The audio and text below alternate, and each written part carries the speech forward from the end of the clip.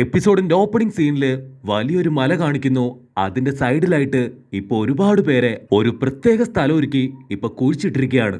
അതിന്റെ ഒരു സൈഡിലായിട്ട് ഇപ്പൊ റൊക്കുസുക്കി ആവട്ടെ ഒരു കുഴി മാന്തിക്കൊണ്ട് എഴുന്നേറ്റ് വാ, നീ മരിക്കാൻ പാടില്ല, ദയവ് ചെയ്ത് നീ തിരികെ വാ എന്ന് പറഞ്ഞ് കരഞ്ഞോണ്ട് അവൻ ആ കുഴി മാന്തിക്കൊണ്ടേയിരിക്കും. അങ്ങോട്ടിപ്പോ ആരോ വരുന്നുണ്ട്. അതാരാണെന്ന് നോക്കിയാ ഡ്രാക്കുള ഡ്രസ്സിട്ട് 5-6 ആളുകള്. ഇവിടെ സീൻ ബ്ലാക്ക് ഔട്ട് ചെയ്താ ഇപ്പൊ നമ്മുടെ അമ്മൂമ്മയാവട്ടെ വലിയൊരു സൂപ്പ് കലത്തില് സൂപ്പ് കലക്കിക്കൊണ്ടിരിക്കുകയാണ്. തീർച്ചയായിട്ടും കുട്ടപ്പനും ടീംസും എന്റെ മകനെ അവനെ തിരികെ കൊണ്ട് തരുന്നുള്ള പ്രതീക്ഷയില് അങ്ങനെ ഹായ് ആയിട്ട് നിന്ന് ആ ഒരു സൂപ്പ് അത് ഇളക്കിക്കൊണ്ടേയിരിക്കുകയാണ്. കട്ട് ചെയ്താ ഇവിടെ നമ്മുടെ ആൾക്കാരാവട്ടെ രാത്രി മുഴുവൻ ആ മല വലിഞ്ഞു കയറി ഇപ്പൊ കട്ടബൊമ്മൻ ഗോൾഡ് മൈൻ ഗ്രാമത്തിന്റെ തൊട്ടടുത്തെത്തും. കുട്ടപ്പൻ പറയും, നമുക്ക് റൊക്കുസുക്കുവിനെയും കരാഷിനെയും രക്ഷിക്കുന്നതിന് പകരമായിട്ട് നമുക്ക് ആ കുറോസോക്കി ഗ്രൂപ്പിനെ തന്നെ അടിച്ചില്ലാതാക്കിയാൽ പോരെ. അത് കേട്ട് നെജീൻ ലിയും ഇപ്പൊ ഒരേ ശബ്ദത്തിൽ പറയും, നോ, അവര് വളരെയധികം ഡേഞ്ചറാണ്. മാത്രമല്ല മൈഗൈ അവരെക്കുറിച്ച് ഒരുപാട് കാര്യങ്ങൾ പറഞ്ഞിട്ടുണ്ട്.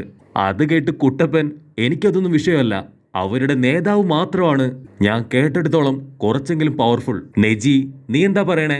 നമ്മൾ ഓടിച്ചെന്ന് അവരെ തല്ലി ഓടിക്കാന്നോ? നിനക്ക് വട്ടുണ്ടോന്ന് അവൻ ചോദിക്കുമ്പോ കുട്ടപ്പനാവട്ടെ ഇപ്പൊ തിരിച്ച് എന്തൊക്കെയോ പറഞ്ഞ് തർക്കിക്കാൻ തുടങ്ങും. ഇവിടെ നമ്മുടെ ആൾക്കാര് അവരുടെ തർക്കം മൂർച്ഛിച്ച് കൊണ്ടുവരുമ്പോ അവിടെ റുക്കുസുക്കി അവനെ ഒരുപാട് പേര് ഇപ്പൊ റൗണ്ട് ചെയ്ത് നിൽക്കുകയാണ്. അവരെല്ലാവരും ഇപ്പൊ അവന്റെ ചുറ്റും നിന്ന് ചിരിക്കാൻ തുടങ്ങും. മാത്രമല്ല ഗ്രാമത്തിൽ നിന്ന് ഒളിച്ചോടിയ 3 പേരിൽ ഒരുവനാണ് ഇവനെന്ന് റെയ്ക്കേഡ് എടുത്ത് അവരിപ്പോ പറയും. ഇവനെന്ന് റെയ്ക്കേഡ് എടുത്ത് അവര് വിളിച്ചു പറയും. റെയ്ക്ക ആവട്ടെ ഫുൾ കലിപ്പില് അവനെ നോക്കി ഇപ്പൊ പുറത്തേക്ക് വരും. അവനെ കണ്ട് റുക്കുസുക്കു ഞെട്ടുകയാണ്. അതിന് വില്ലൻ, നീ പേടിക്കേണ്ട യാതൊരു കാര്യമില്ല, എനിക്കറിയാം നീ മറ്റേതോ വില്ലേജിൽ പോയി ആരോടോ സഹായം ചോദിച്ചിട്ടാണ് ഇങ്ങോട്ട് വന്നതെന്ന്. അത് കേൾക്കുമ്പോ തന്നെ അവന് ചുറ്റും നിന്ന ആ ഡ്രാക്കുളകള് അവനെ ചവിട്ടിക്കൂട്ടാനായിട്ട് ആരംഭിക്കും. റെയ്ക്ക വീണ്ടും പറയും, നീ ഗ്രാമത്തിൽ നിന്ന് പോയപ്പോ എനിക്ക് ഒരുപാട് വിഷമം തോന്നി. നമ്മൾ ഒറ്റ ഫാമിലി ആയിട്ടല്ലേ ഇത്രയും കാലവും ജീവിച്ചതെന്ന് ചോദിച്ച് അവൻ ദേഷ്യപ്പെട്ട് അട്ടഹസിച്ച് ചിരിക്കാൻ തുടങ്ങും. അവൻ ആകെ അപ്സെറ്റ് ആയിട്ട് ഇപ്പൊ കൈകൂപ്പി അവന്റെ മുൻപിൽ കരയാൻ തുടങ്ങും. വില്ലൻ കൂളായിട്ട്, സാരമില്ല, അതിനൊരു പരിഹാരമുണ്ട്, എത്രയും പെട്ടെന്ന് നിന്റെ ഫ്യൂണറൽ ചടങ്ങ് നടത്തണം, അത് ഞാൻ നടത്തുന്നു പറഞ്ഞ് അവനാവട്ടെ ഇപ്പൊ ടെററായിട്ട് നോക്കും. അവനാവട്ടെ എനിക്ക് മരിക്കണ്ട, ദയവ് ചെയ്ത് എന്നെ കൊല്ലരുതേ എന്നും പറഞ്ഞ് ഇപ്പൊ കരയാൻ തുടങ്ങും. അതിന് വില്ലൻ, വേണ്ട മുത്തേ വേണ്ട, എനിക്ക് ഏൽക്കില്ല, എനിക്ക് ഫ്യൂണറൽ ചടങ്ങ് അത് ഒരുപാട് ഇഷ്ടമാണെന്ന് പറയുമ്പോ ഇപ്പൊ ഫുക്കുസുക്കു ആവട്ടെ അവൻ ഓടാൻ തുടങ്ങും. ഉടൻ തന്നെ റെയ്ക്കയുടെ ശിങ്കിടികളാവട്ടെ അവനെ ചാടിപ്പിടിച്ച് അവനെ മടക്കി ലോക്ക് ചെയ്യും. കട്ട് ചെയ്താ ഇപ്പൊ നമ്മുടെ ആൾക്കാര് അവിടെയുള്ള ഗോൾഡ് മൈൻ അവിടേക്ക് നോക്കി നിൽക്കും. ഗ്രാമത്തിലുള്ള സാധാരണക്കാരെ അവർ ഒരുപാട് ദ്രോഹിച്ച് അവിടെയുള്ള ഗോൾഡ് എല്ലാം അവർ പുറത്തെടുപ്പിക്കുകയാണ്. അത് കണ്ട് കുട്ടപ്പൻ, അവരെടുക്കുന്നത് വെറും കല്ലുകളല്ലേ, അത് ഗോൾഡായിട്ട് തോന്നുന്നില്ലല്ലോ എന്ന് പറയുമ്പോ നെജി ആവട്ടെ അത് മെർക്കുറിയിലിട്ട് അലിയിപ്പിച്ചാൽ മാത്രമേ ഗോൾഡായി മാറുകയുള്ളൂ എന്ന് പറയും. അതിനിടയിലൂടെ ഇപ്പൊ ഒരു അപ്പൂപ്പൻ ഒരുപാട് കല്ലുമായിട്ട് നടന്നു വരുമ്പോ ആളുടെ കാല് വഴുതി താഴേക്ക് വീഴും. അത് കണ്ട് ദേഷ്യം കയറിയ റെയ്ക്കയുടെ ആളുകളാവട്ടെ, നീ ഇപ്പൊ തന്നെ അതെല്ലാം പെറുക്കിയെടുത്തോ, അല്ലെങ്കിൽ അടുത്ത നിമിഷം നിന്റെ ഫ്യൂണറൽ ചടങ്ങ് അത് അടിപൊളിയായിട്ട് ഞങ്ങൾ തന്നെ ആഘോഷിക്കും. പക്ഷെ ലീ അവനത് നോക്കിയിരിക്കില്ല. അവൻ ചാടി വന്ന് അവിടെ ഉണ്ടായിരുന്ന 4 കിങ്കരന്മാരെയും അടിച്ചു തെറിപ്പിച്ച് അവിടെ തന്നെ കൊന്നുകളയും. അതിന് അപ്പാപ്പൻ ടെൻഷനായിട്ട്, അയ്യോ അവര് മരിച്ചുപോയോ, നിങ്ങൾ എന്താ ചെയ്തത്, എത്രയും പെട്ടെന്ന് ഇവിടുന്ന് ഓടിക്കോ എന്നൊക്കെ പറയുമ്പോ നമ്മുടെ ആൾക്കാർ കൂളായിട്ട് ഇപ്പൊ അപ്പാപ്പന് കുടിക്കാനായിട്ട് വെള്ളം കൊടുക്കും. അത് കുടിച്ചു കഴിഞ്ഞ് ഇപ്പൊ പൊട്ടിക്കരഞ്ഞ് അപ്പാപ്പൻ പറയും, ദയവ് ചെയ്ത് ഇവരെ കൊന്നു കളഞ്ഞതുപോലെ എന്നെയും അടിച്ചു കൊല്ല്, ഈ ജീവിതം ഞാൻ ഒരുപാട് വെറുക്കുന്നു എന്ന് പറഞ്ഞ് അപ്പാപ്പനാവട്ടെ ഇപ്പൊ തല കുനിച്ചു നിൽക്കും. ആ സമയത്ത് ടങ്ക് എന്ന് പറഞ്ഞൊരു സൗണ്ട് ഇപ്പൊ ദൂരത്ത് നിന്നായിട്ട് കേൾക്കും. അത് കേട്ട് ഇപ്പൊ അപ്പാപ്പൻ ഒരു നിമിഷം ഷോക്കായി പോവും. ശരിക്കും എന്താ സംഭവിച്ചെന്ന് വെച്ചാ ഇപ്പൊ ഒരാള് കൂടെ അവിടെ മരണപ്പെട്ടു. ഫ്യൂണറൽ മണിയാണ് ആ കേട്ടത്.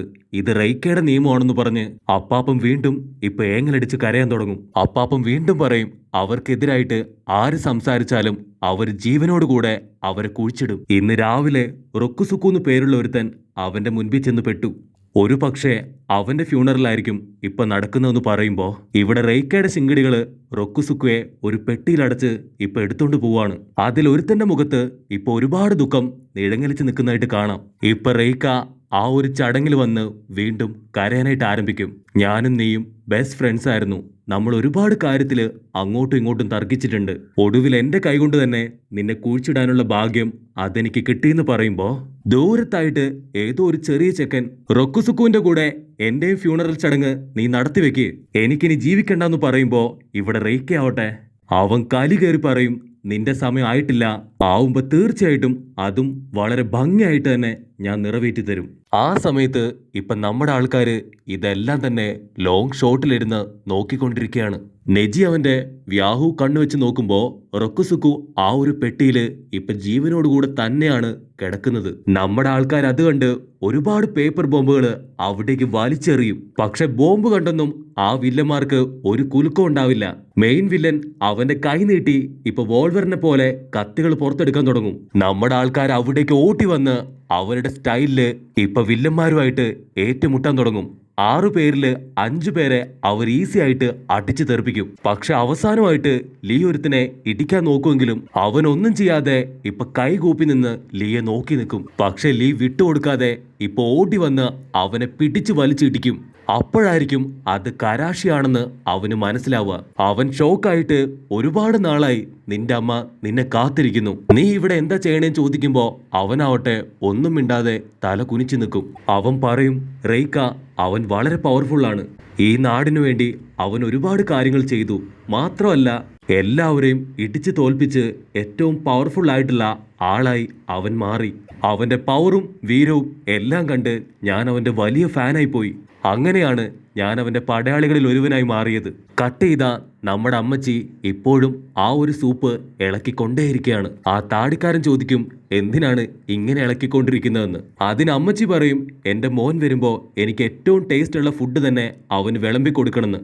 ടേസ്റ്റ് കൂടിക്കൂടി അതിപ്പോ കരിഞ്ഞു പോയെന്ന് താടിക്കാരൻ പറയുമ്പോഴായിരിക്കും നമ്മുടെ അമ്മൂമ്മ അത് കാണുക. ഇവിടെ നമ്മുടെ ആൾക്കാര് വീണ്ടും വീണ്ടും അവനെ ചീത്ത പറഞ്ഞുകൊണ്ടേയിരിക്കുകയാണ്.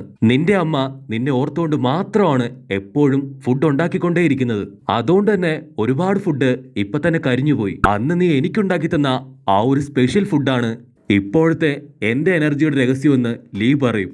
നിനക്ക് തിരിച്ചു വന്ന് അമ്മയുടെ കൂടെ ഫുഡൊക്കെ ഉണ്ടാക്കി ഹാപ്പി ആയിട്ട് ജീവിച്ചുകൂടാൻ ചോദിക്കുമ്പോ അതിനവൻ പറയും, ശരിക്കും എനിക്ക് ഒരുപാട് ആഗ്രഹമുണ്ട് നല്ല ഫുഡൊക്കെ ഉണ്ടാക്കണമെന്ന്. ഇതിനോടകം തന്നെ നല്ല ഒരുപാട് ഫുഡ് ഞാൻ ഉണ്ടാക്കിയിട്ടുണ്ട്. അതെല്ലാവരും മൂക്കുമുട്ട തിന്നിട്ട് ഒരു താങ്ക്സ് പോലും എന്നോട് ആരും പറയാറില്ല.